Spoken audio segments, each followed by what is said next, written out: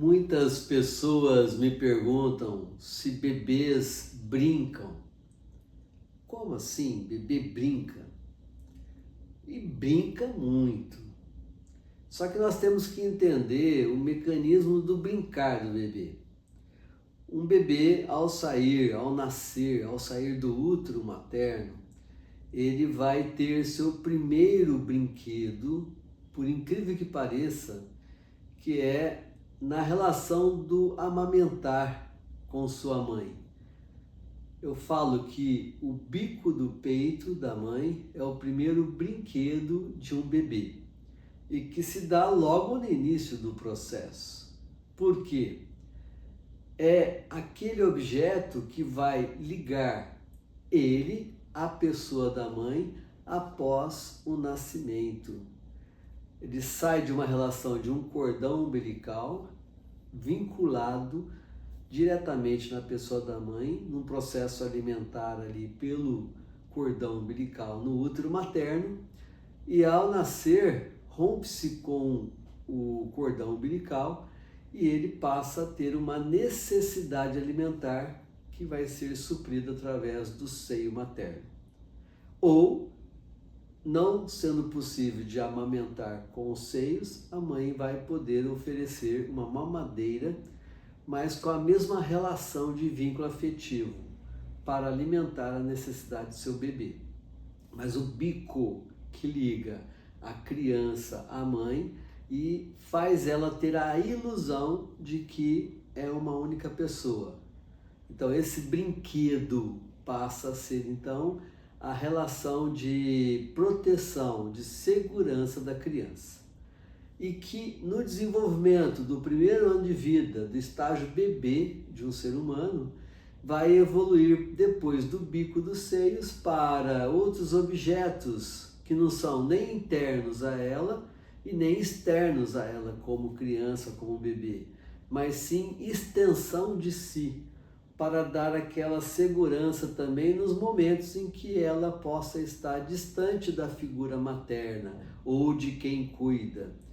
Que aí ela vai se apegar a um objeto que a gente chama de objeto transicional, que é um conceito que o psicanalista inglês muito bem pontuou como objeto transicional, que é o Donald Winnicott, que é um dos bons psicanalistas e teóricos sobre a psicanálise infantil e que a gente de alguma forma tem seguido as orientações dele.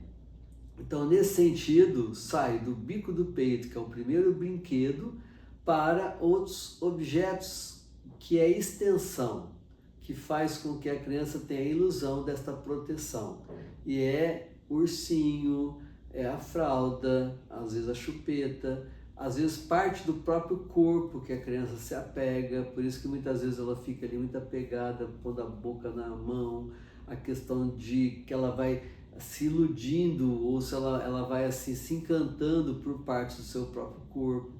Às vezes é a fralda, às vezes é a própria coberta, o cobertorzinho da criança que vai criando esse apego, principalmente nas horas de dormir, nas horas de distanciamento da figura materna. Então, criança brinca e muito, sim senhor. Começa com o bico do peito e vai transferindo para outros objetos de sua pertença que vai se caracterizar no que a gente chama de objeto transicional.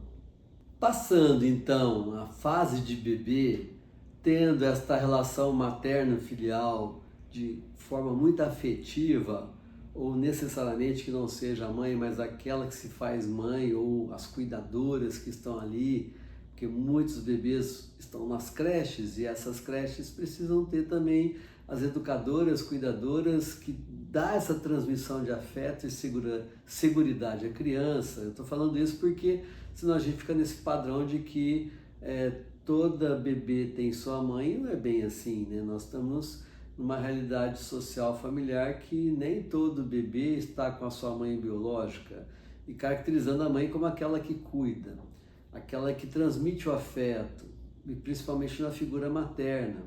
Mas também algumas mães se fazem na pessoa de um pai que faz a mesma relação de vínculo, de afeto, não tem o peito, mas tem a mamadeira para amamentar. Então esse objeto transicional, ele vai passar por essa fase de bebê com muita tranquilidade, desde que haja essa ambiência maternal, afetiva, essa maternagem para o cuidado com a criança. É bom ressaltar a maternagem, a maternidade, porque é um legado da mulher, é um legado positivo. Muitas vezes a sociedade tenta caracterizar isso como alguma coisa machista, mas este é um poder que a mulher tem do cuidado à sua prole, ao seu rebento. E é lógico que muitos homens estão começando a entender que eles são coparticipantes deste processo ou participantes diretos deste processo. Mas o que equivale aqui é o vínculo de afeto. Passando essa fase de bebê, que a criança brinca muito e faz esse deslocamento com objetos que ela faz extensão do seu corpo, como eu já disse, como seguridade, nos momentos que ela está distante desse cuidador, dessa cuidadora, desta relação afetiva de proteção. Depois isso vai evoluir nas etapas futuras do desenvolvimento da criança, através do brinquedo, do brincar, onde pelo brinquedo, pelo brincar, a criança vai expressar o seu pensar. A linguagem da criança é o brincar e o brinquedo. É o brinquedo com o brincar, a ação.